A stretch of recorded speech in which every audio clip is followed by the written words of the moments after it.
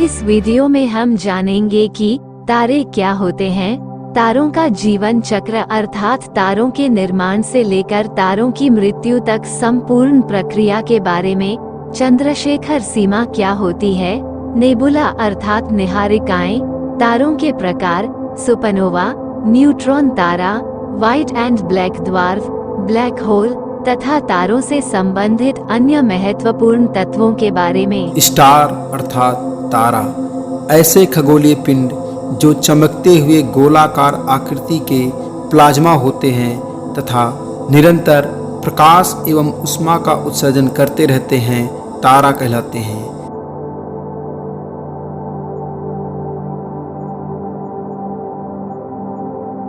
तारे के अंदर का पदार्थ प्लाज्मा की अवस्था में होता है, जो गुरुत्वाकर्षण के खिंचाव द्वारा बंधे होते हैं। तारों में उनके कुल भार का 70% hydrogen, 28% helium, 1.5% carbon, nitrogen, neon तथा 0.5% आयरन एवं अन्य भारी तत्व होते हैं। बहुत सारे खगोलीय पिंड जैसे कि ग्रह, उपग्रह तथा क्षुद्र ग्रह आदि तारों का चक्कर लगाते रहते हैं तथा तारे अपनी गैलेक्सी का चक्कर लगाते रहते हैं। जैसे कि सूर्य एक तारा है जो हमारी पृथ्वी के सबसे निकट है। अब हम जानेंगे तारों के जीवन चक्र के बारे में। तारों के निर्माण को समझने के लिए हम अब से 13.7 अरब वर्ष पहले चलेंगे। बिग बैंग थ्योरी के अनुसार आज से करीब 13.7 अरब वर्ष पहले संपूर्ण ब्रह्मांड एक छोटे से बिंदु में समाया हुआ था। उस समय उस बिंदु का आकार एक एटम से भी छोटा था तथा इसका तापमान और घनत्व अनंत था। उस समय किसी भी मैटर, एनर्जी, टाइम तथा स्पेस का कोई वजूद नहीं था और फिर अचानक से किसी अज्ञात कारण से उस बिंदु में एक महाविस्फोट होता है और सारा मैटर तथा एनर्जी का बिखराव होने लगता है। इस क्रिया को बिग बैंग कहते हैं। बिग बैंग के बाद ही मैटर, एनर्जी, टाइम तथा स्पेस आदि उत्पन्न हुआ। अब से 13.7 अरब वर्ष पहले तक के समय को दो भागों में बांटा गया है। फर्स्ट रेडिएशन इरा, सेकेंड मैटर इरा। फर्स्ट रेडिएशन इरा यह बिग बैंग के बाद से अर्थात 0 सेकंड से लेकर के 50,000 वर्षों तक माना जाता है। इस युग में किसी भी मैटर या किसी भी तत्व का कोई वजूद नहीं था। वजूद था तो एनर्जी, टाइम एवं स्पेस का। रेडिएशन इरा का अच्छे से अध्ययन करने के लिए इसे 5 कालों में विभाजित किया गया है। नंबर 1 प्लैंक काल, नंबर 2 गट काल, नंबर 3 क्वार्क काल, नंबर 4 लेप्टॉन काल और नंबर 5 न्यूक्लियर काल। फर्स्ट प्लैंक काल यह 0 सेकंड से लेकर के 10 की घात 43 सेकंड तक माना जाता है। इस काल में टेम्परेचर इनफाइनाइट से लेकर के 10 की घात 32 केल्विन तक गिर जाता है। इस काल में मैटर का कोई वजूद नहीं था, ओनली एनर्जी का ही वजूद था, जिसमें 3/4 भाग डार्क एनर्जी का था। इस समय फिजिक्स के कोई भी लॉ काम नहीं करते थे। फिर आता है गट काल अर्थात ग्रैंड यूनिफाइड थ्योरी काल। यह समय बिग बैंग के बाद 10 की घात -43 सेकंड से लेकर के 10 की घात -35 सेकंड तक माना जाता है। इस काल में टेम्परेचर गिर करके 10 की घात 27 केल्विन तक रह जाता है। इस काल में 4 सुपर फोर्सेस अस्तित्व में आए: gravity forces, strong nuclear forces, electro weak forces, electromagnetic forces. इसके बाद आता है क्वार्क काल। यह समय 10 की घात -35 सेकंड से लेकर के 10 की घात -4 सेकंड तक माना जाता है। इस काल में टेम्परेचर गिर करके 10 की घात 12 केल्विन तक रह जाता है। इस काल में जैसे जैसे टेम्परेचर डाउन हुआ, इन फोर्सेस के द्वारा आइंस्टीन के समीकरण E = mc² के अनुसार एनर्जी से क्वार्क तथा एंटी क्वार्क अस्तित्व में आए। जैसे जैसे टेम्परेचर और कम हुआ, क्वार्क तथा एंटी क्वार्क से सब एटॉमिक पार्टिकल बने और फिर इनसे न्यूट्रॉन एवं प्रोटॉन बने। फिर आता है लेप्टॉन काल। यह काल 10⁻⁻⁴ सेकेंड से लेकर के 10⁻² सेकेंड तक माना जाता है। इस काल में टेम्परेचर गिर करके 10⁹ केल्विन तक हो जाता है। इस काल में न्यूट्रॉन एवं प्रोटॉन के अलावा एनर्जी से इलेक्ट्रॉन, पॉजिट्रॉन तथा न्यूट्रियॉन्स तथा अदर लाइट पार्टिकल्स बनते हैं। फिर आता है न्यूक्लियर काल। यह काल 10⁻² सेकेंड से लेकर के 50,000 ईयर तक माना जाता है। इस काल में टेम्परेचर गिर करके 1600 केल्विन तक हो जाता है। इस काल में न्यूट्रॉन और प्रोटॉन तथा इलेक्ट्रॉन तथा अन्य सब पार्टिकल्स बहुत ज़्यादा मात्रा में बनने लगते हैं। फिर न्यूट्रॉन और प्रोटॉन फ्यूज होकर न्यूक्लाइड बनाते हैं और इलेक्ट्रॉन इनके बाहरी कक्षा में चक्कर लगाते हैं, जिससे पहला एटम बना ड्यूटेरियम तथा 2 प्रोटॉन तथा 2 न्यूट्रॉन मिलकर हीलियम के अणु बनाते रहते हैं। यह सब बिग बैंग के बाद से 1000 सेकेंड तक के समय में हुआ था। इसके बाद अगले 50,000 वर्षों तक लगातार न्यूट्रॉन, प्रोटॉन और इलेक्ट्रॉन बनते गए, जिससे बहुत अधिक मात्रा में हाइड्रोजन तथा हीलियम के एटम्स बनते गए। रेडिएशन इरा के बाद का जो समय आता है उसे कहते हैं मैटर इरा। मैटर इरा का समय काल बिग बैंग के बाद 50,000 वर्षों से लेकर अब तक का समय है। इस समय काल में बहुत सारे मैटर क्रिएट होते गए, जिसकी वजह से बहुत सारे खगोलीय पिंडों का निर्माण हुआ, जैसे ग्रह, उपग्रह, क्षुद्रग्रह, तारे, गैलेक्सी आदि का निर्माण होना शुरू हुआ और इनका निर्माण अब तक जारी है। मैटर इरा को 3 भागों में विभाजित किया गया है: atomic impose, galactic impose, stellar impose. Atomic impose इस काल में अनगिनत संख्या में 1 प्रोटॉन और 1 न्यूट्रॉन मिलकर हाइड्रोजन के आइसोटोप अर्थात ड्यूटेरियम बनाते रहते हैं तथा 2 प्रोटॉन तथा 2 न्यूट्रॉन मिलकर हीलियम के अणु बनाते रहते हैं। यह प्रक्रिया 20 करोड़ वर्षों तक चलती रहती है और अब तक यूनिवर्स का टेम्परेचर 1600 केल्विन से घटकर 60 केल्विन तक आ गया और इस तरह से यूनिवर्स में हाइड्रोजन और हीलियम की मात्रा बहुत अधिक बढ़ चुकी थी। उसके बाद आता है गैलेक्टिक इरा। इसका समय काल बिग बैंग के बाद 20 करोड़ वर्षों से लेकर 3 अरब वर्षों तक माना जाता है। इस काल में गुरुत्वाकर्षण के प्रभाव में हाइड्रोजन तथा हीलियम के एटम्स पास पास आकर घने बादलों के रूप में एकत्रित होने लगते हैं, जिन्हें स्टेलर नर्सरी या नेबुला कहते हैं। और ऐसे ही यूनिवर्स का विस्तार होता रहता है और अनगिनत संख्या में नेबुला बनते रहते हैं। फिर नेबुला ग्रेविटी पुल के कारण पास पास आकर टकराने लगते हैं, जिससे इनके बीच घूर्णन गति उत्पन्न हो जाती है और इस प्रकार हाइड्रोजन तथा हीलियम से बने असंख्य नेबुला एक बिंदु के चारों ओर घूर्णन करने लगते हैं, जिससे गैस युक्त गैलेक्सी का निर्माण होना शुरू हो गया।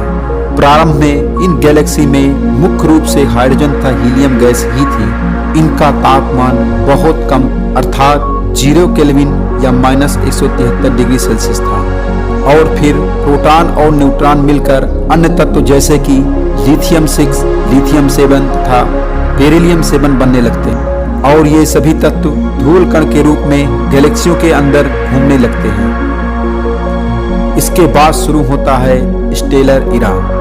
इसका समय काल 3 अरब वर्षों से लेकर अब तक चल रहा है। इस काल के शुरुआत में गैस से बने बादल अत्यधिक विशाल थे, इसलिए विभिन्न गैसों के अणुओं के मध्य गुरुत्वाकर्षण बल भी अत्यधिक था। अत्यधिक गुरुत्वाकर्षण बल के कारण नेबुला में संकुचन प्रारंभ हो गई और अंत में नेबुला में इतना संकुचन हुआ कि वह एक अत्यधिक सघन पिंड में बदल गई, जिसे प्रोटोस्टार कहा गया। प्रोटोस्टार देखने में एक विशाल काली गैस की गेंद की तरह लगता है। प्रोटोस्टार का निर्माण तारे के निर्माण में सिर्फ एक चरण है, यह प्रकाश का उत्सर्जन नहीं करता है। अगले चरण में प्रोटोस्टार का परिवर्तन एक तारे के रूप में होता है जो प्रकाश का उत्सर्जन करता है। प्रोटोस्टार एक अत्यंत सघन गैसीय पिंड है जिसमें अत्यधिक गुरुत्वाकर्षण बल के कारण आगे संकुचन जारी रहता है। आगे ज्यों ही प्रोटोस्टार में संकुचन प्रारंभ होता है, निहारिका में विद्यमान हाइड्रोजन परमाणु एक दूसरे से टकराने लगते हैं। हाइड्रोजन परमाणु की इन टक्करों से प्रोटोस्टार में अत्यधिक तापमान वृद्धि होने लगती है।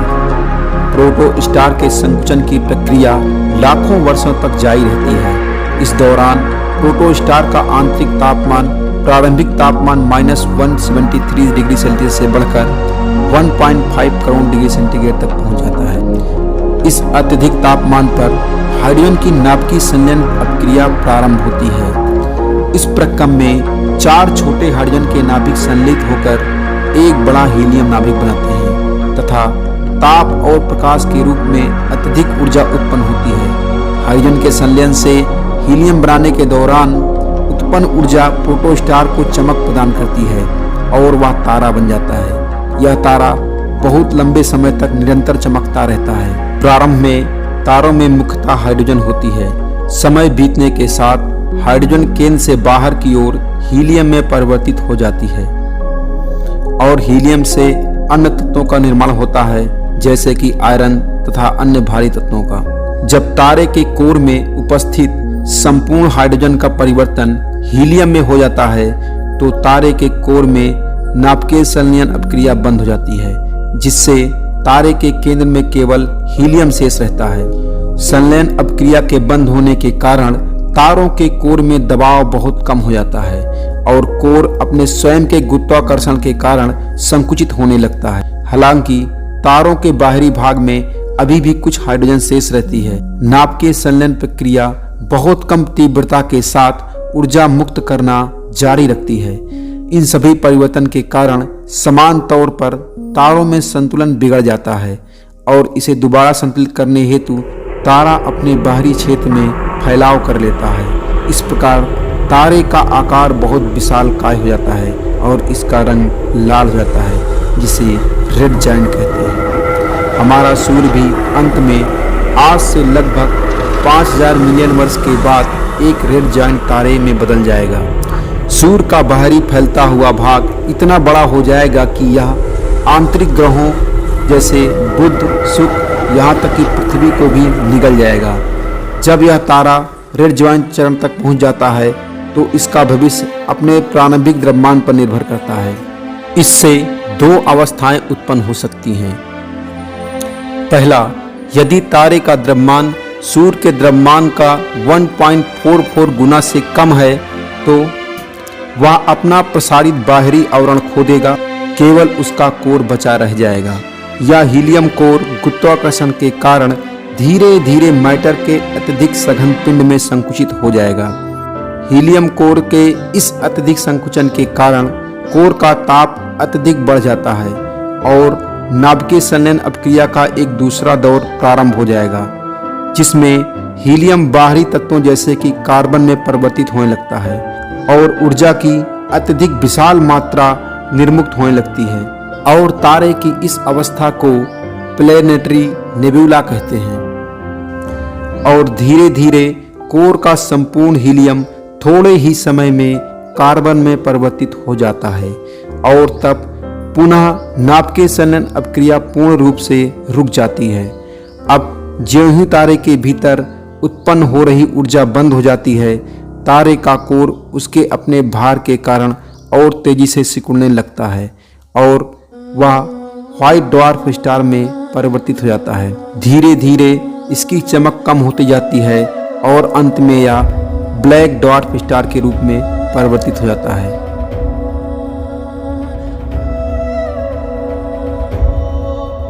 दूसरी अवस्था, यदि तारे का द्रव्यमान सूर्य के द्रव्यमान का 1.44 गुना से अधिक है तो तारा अत्यधिक विशाल और अत्यधिक मात्रा में परमाणु ईंधन हीलियम से युक्त होता है। इसलिए कम समय में तीव्र परमाणु ऊर्जा उत्पन्न होती है, जिससे रेड जायंट तारे का बाहरी आवरण एक चमकीले टिमटिमाते हुए कण के साथ परमाणु बम की भांति विस्फोट करता है, जिसे सुपरनोवा कहते हैं।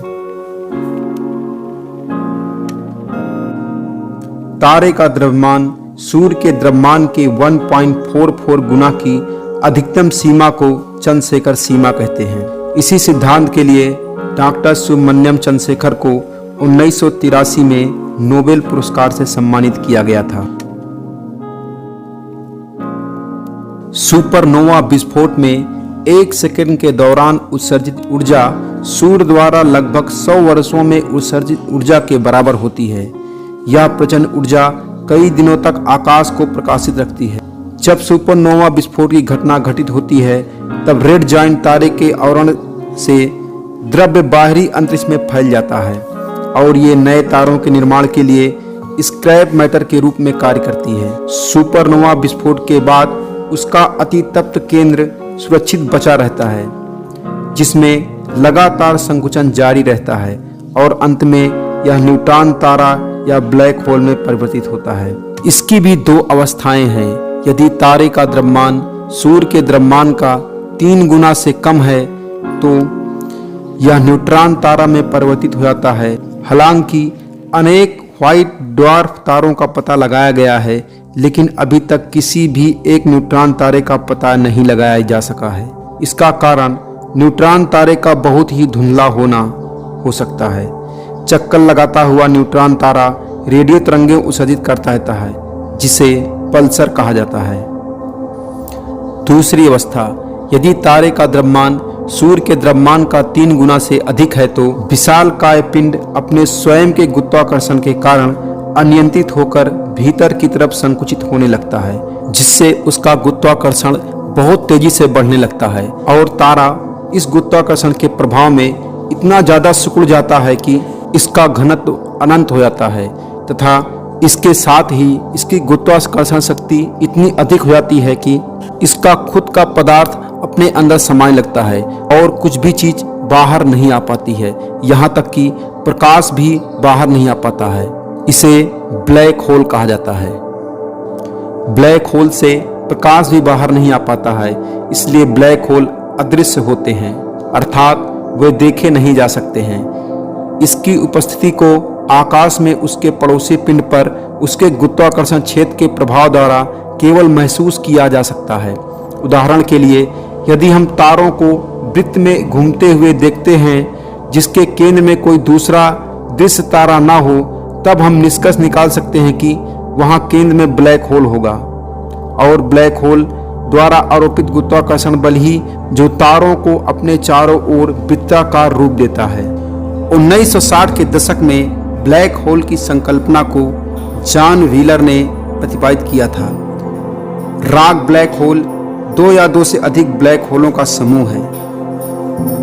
इवेंट होराइजन स्पेस टाइम में एक ऐसी सीमा है जो ब्लैक होल के चारों ओर के क्षेत्र को परिभाषित करता है। Massachusetts institute of technology America और मैक्स प्लैंक इंस्टीट्यूट जर्मनी ने मिलकर खगोल वैज्ञानिकों द्वारा विश्व भर में पहले रेडियो टेलीस्कोप का एक नेटवर्क बनाया। इसे इवेंट होराइजन टेलीस्कोप परियोजना के नाम से जाना जाता है। इसके माध्यम से ब्लैक होल की तस्वीर खींचने का प्रयास किया जा रहा है। इससे मिले आंकड़ों को वेरी लॉन्ग बेसलाइन इंटरफेरोमेट्री तकनीक द्वारा एक साथ समायोजित कर उनका विश्लेषण किया जाएगा। इस आभासी टेलीस्कोप की सहायता से वैज्ञानिक हमारी आकाशगंगा मिल्की वे के केंद्र में स्थित सजिटेरियस नामक ब्लैक होल का सुपरविजन करेंगे।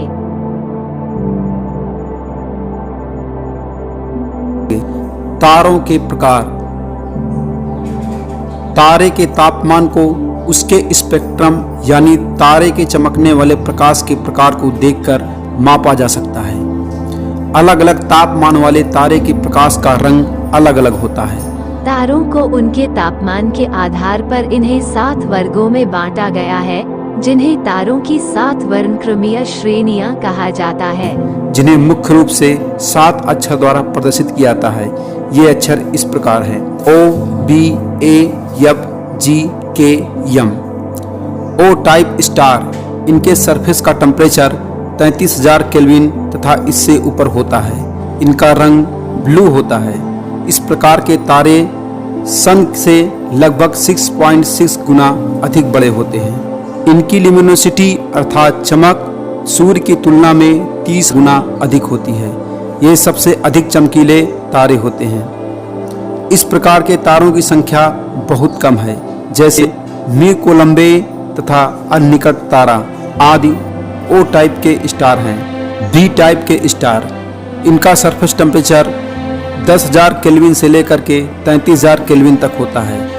सूर्य की तुलना में इनका मास 2.1 से लेकर 16 गुना तक अधिक होता है तथा इनकी चमक 25 से लेकर 30,000 गुना अधिक होती है तथा साइज 1.8 से लेकर के 6.6 गुना बड़े होते हैं। जैसे बीबी सेफी तारा, रिंजेल्स, पिस्टल स्टार आदि बी टाइप के स्टार हैं।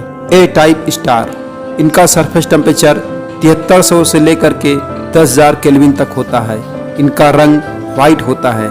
इनका द्रव्यमान सूर्य की तुलना में 1.4 से लेकर के 2.1 गुना तक अधिक होता है तथा इनका आकार 1.4 से लेकर के 1.8 गुना तक अधिक होता है।